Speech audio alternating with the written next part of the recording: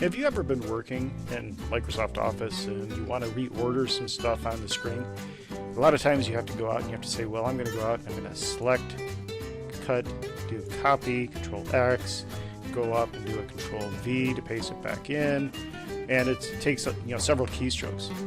Sometimes you can do things like select it and then just drag it to where you want. That's a little bit faster. But I just found something new, and that is if you hold down the Shift and the Alt key, and then you can use your arrow keys to step it up and down one line at a time. Now what I've found is this works in just about all of the Office programs, so have fun. This is a great way to go out and make things happen faster.